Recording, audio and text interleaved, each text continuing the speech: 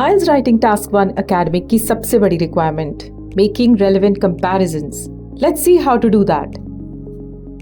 Bar chart के लिए different categories may be compared. For example, in 2010, product A had the highest sales at 50,000 units, while product D recorded the lowest at just 10,000 units. Line graph के लिए trends may be compared.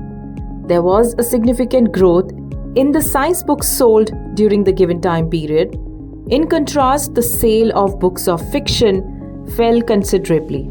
Pie chart के लिए we can compare the percentages. For instance, in country A, fossil fuels accounted for 60% of the total energy consumption, whereas in country B, they constituted only 30%. Maps के लिए you can describe the changes over time. In 1990, the town featured a large park in the north and a factory in the southeast. By 2020, the park was replaced with residential housing and the factory was demolished to make way for shopping mall. एक process में alternate steps may be compared.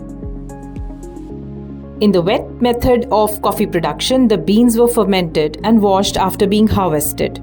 By comparison, the dry method skips the washing step, relying instead on natural light to dry the whole coffee cherries. For more IELTS tips, keep following All About IELTS. Thank you for watching.